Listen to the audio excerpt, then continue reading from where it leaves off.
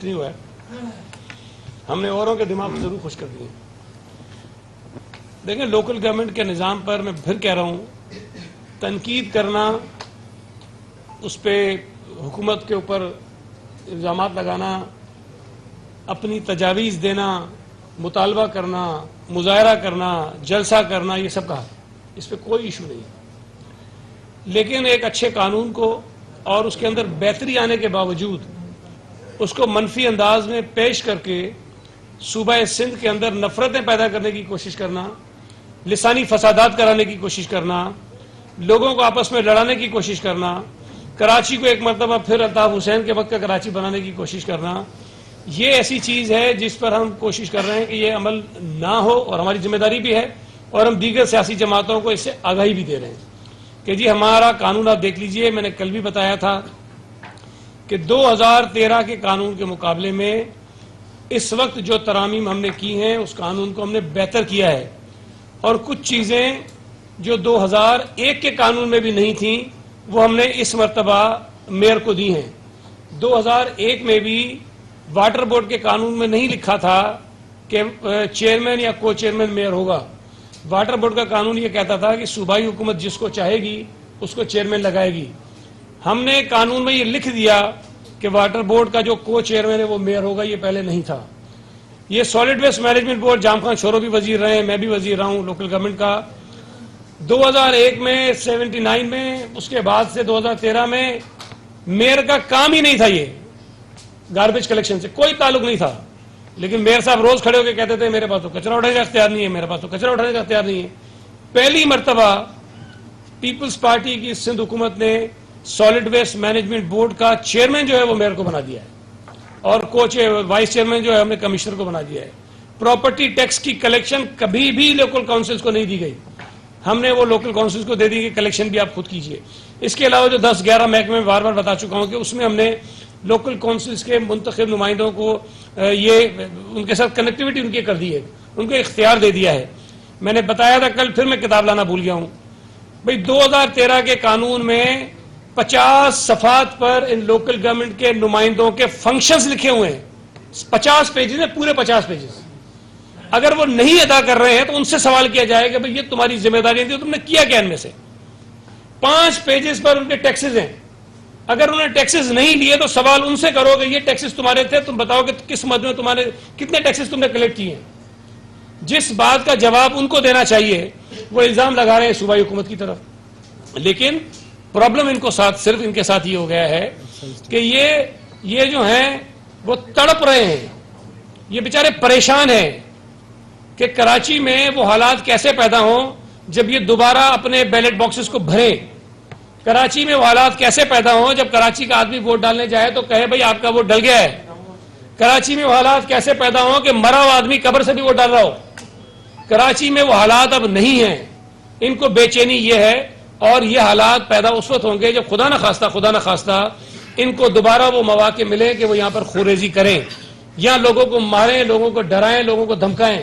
یہ کراچی شہر کو پھر ہائیجیک کرنا چاہتے ہیں. اپنے حالات اب نہیں آئیں گے. اور میں یہ عرض کر دوں کہ کل وہ میں نے دیکھا ایک صاحب جو ہے فرما رہے تھے کہ بی بی جو ہیں وہ گئی تھی 90 پہ. تو بھائی جب 88 میں الیکشن ہوا تھا, میں یہ مانتا ہوں 88 کے الیکشن میں MQM کو صحیح ووٹ پڑا تھا, جینوئن ووٹ پڑا تھا, لوگوں نے ووٹ دیا تھا. 88 میں بالکل مانتا ہوں جو بات صحیح ہے. 90 کے الیکشن میں بھی ان کو ووٹ ٹھیک پڑا تھا. یہ جو شیطانیاں شروع ہوئی تھی بعد میں ہوئی تھی. بی بالکل گئی تھی, اور MQM کو ہم ایک پولیٹیکل پارٹی سمجھتے تھے. کراچی کے لوگوں کا, حیدرآباد کے لوگوں کا مینڈیٹ تھا ان کے پاس, بات کرنے میں کوئی حرج نہیں تھی. آج بھی میں یہ سمجھتا ہوں کہ بھئی کچھ ووٹ ان کا ہے ضرور بچا کھچا, ہم اس کو بھی مانتے ہیں. لیکن اس ووٹ کی بنیاد پر پورے صوبہ سندھ کو آگ اور خون کی ہولی میں دھکیل دینا, اس کو کھیل میں جھونک دینا, یہ ہم نہیں ہونے دیں گے. MQM کے لوگ جو کل وہ فرما رہے تھے صاحب, میں ان کو یاد کرا دوں, یہ بات میں بار بار کہہ چکا ہوں. ہمیں یہ کہتے ہیں کہ 2008 میں تم نے ان کو حکومت میں کیوں لیا. 2007 میں لندن میں کانفرنس ہوئی تھی, 12 مئی کے بعد آل پارٹیز کانفرنس ہوئی تھی, APDM ایک بنی تھی وہاں پہ, یاد ہے آپ کو سب. اس آل پارٹیز کانفرنس میں یہ فیصلہ کیا تھا اس ملک کی ساری سیاسی جماعتوں نے کہ MQM ایک دہشت گرد تنظیم ہے, ایم کیو ایم کے ساتھ کوئی جماعت بات نہیں کرے گی, کوئی جماعت اس کو پارٹی میں اپنی حکومت میں شامل نہیں کرے گی. یہ ریکارڈ کی باتیں ساری, میں صرف یاد دہانی کرا رہا ہوں. پیپلز پارٹی نے اس وقت بھی کھڑے ہو کے وہاں کہا تھا کہ نہیں, یہ جو بات چیت نہ کرنے والی بات ہے یہ مناسب نہیں ہے, پولیٹیکل لوگوں کو انگیج کرنا چاہیے. اس وقت 2008 کے الیکشنز ہوئے, پیپلز پارٹی جیت کر آئی. ہمیں سندھ میں حکومت بنانے کے لیے ان کی ضرورت نہیں تھی. وفاق میں پی ایم ایل این ہمارے ساتھ تھی, ہمیں ضرورت نہیں تھی. انہوں نے کیا تھا, انہوں نے کراچی کی بزنس کمیونٹی کو بلایا, ان کو یہ کہا کہ اگر پیپلز پارٹی نے ہمیں حکومت میں شامل نہیں کیا تو اپنا کاروبار یہاں سے بند کرو, ہم تمہیں بزنس یہاں پہ نہیں کرنے دیں گے. پرانے اخبار نکالیں آپ, 2007 کے 8 کے انتخابات کے بعد کے, یہاں سے بزنس کمیونٹی کا ڈیلیگیشن آصف علی زرداری سے اسلام آباد میں ملا تھا. وہاں جا کے رونا رویا تھا کہ بھائی ان دہشت گردوں کو حکومت میں ڈالو ورنہ یہ شہر میں خون خرابہ کریں گے. اس وقت جنرل پرویز مشرف جو ان کا سرپرست تھا وہ صدر پاکستان تھا. پیپلز پارٹی جب حکومت میں آئی تو یہاں کی پولیس ڈی مورلائز تھی, یہاں کے پولیس کو مار مار کے انہوں نے بالکل ناکام کر دیا تھا, نکارا کر دیا تھا. پولیس کام کرنے کو تیار نہیں تھی. پیپلز پارٹی کی حکومت اس نظام کو کیسے چلاتی, شہر کو دہشت گردی سے کیسے بچاتی, اس ملک کی بزنس کمیونٹی کو کیسے بچاتی. ہم نے وہ کڑوا گھونٹ پیا. آصف علی زرداری صاحب نے اس امید پر کہ شاید کراچی میں امن قائم ہو جائے, ہم ان کو اپنے ساتھ ملا لیں, کراچی کے بزنس مین اپنا کاروبار کر سکیں, کراچی کے لوگ سکون کی سانس لے سکیں, ہم نے وہ کمپرومائز کیا اور ان کو حکومت میں ساتھ ملایا. یہ اب کہتے ہیں ہمیں کیوں ملایا, اس وقت اخبارات دکھائیں. یہ کہتے تھے کہ اگر کراچی کا مینڈیٹ تسلیم نہیں کیا گیا تو ہم پتہ نہیں کیا کیا کر دیں گے. اخبارات نے چھپایا آپ کے بھائی مینڈیٹ تسلیم کرنا کیا مطلب, حکومت میں آئیں گے تو مینڈیٹ ہو گیا کیا بھائی, اسمبلی میں آ گئے آپ کا مینڈیٹ ہے, آپ جتنی سیٹیں لے کر آئے آپ کو مانتے ہیں. لیکن اپنے مینڈیٹ پر بلیک میل کرنا, ڈکٹیٹ کرنا, اپنی ٹرمز پر حکومتوں کو جھکانا, یہ مینڈیٹ نہیں ہوتا. یہ گنڈا گردی ہوتی ہے, یہ بلیک میلنگ ہوتی ہے, یہ بدماشی ہوتی ہے جو بدقسمتی سے شہر کے ساتھ کی گئی ہے ماضی میں.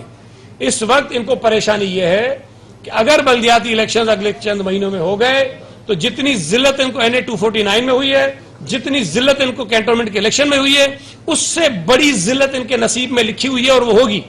اس سے بچنے کے لیے خونریزی کی طرف جانا چاہتے ہیں, یہ شہر کو برباد کرنے کی طرف جانا چاہتے ہیں. سوال یہ پیدا ہوتا ہے کہ اتنا شور مچاتے ہیں لوکل گورنمنٹ پہ, بھائی پیٹرول مہنگا ہو رہا ہے, اس پہ کیوں آواز ان کے منہ سے نہیں نکلتی ہے کہ کراچی کے لوگ پیٹرول مہنگا نہیں لے رہے ہیں, کراچی کے لوگوں کے گھروں میں گیس نہیں آ رہی ہے, ان کے منہ سے آواز کیوں نہیں نکلتی ہے کہ جی وفاقی حکومت گیس نہیں دے رہی ہمیں. کراچی کی انڈسٹریز کو گیس بالکل بند کر دی گئی ہے, ان کے منہ سے آواز کیوں نہیں نکلتی ہے کہ کراچی کی انڈسٹریز کو گیس بند کر دی گئی ہے. مہنگائی اتنی ہو رہی ہے, ان کے منہ سے آواز کیوں نہیں نکلتی ہے.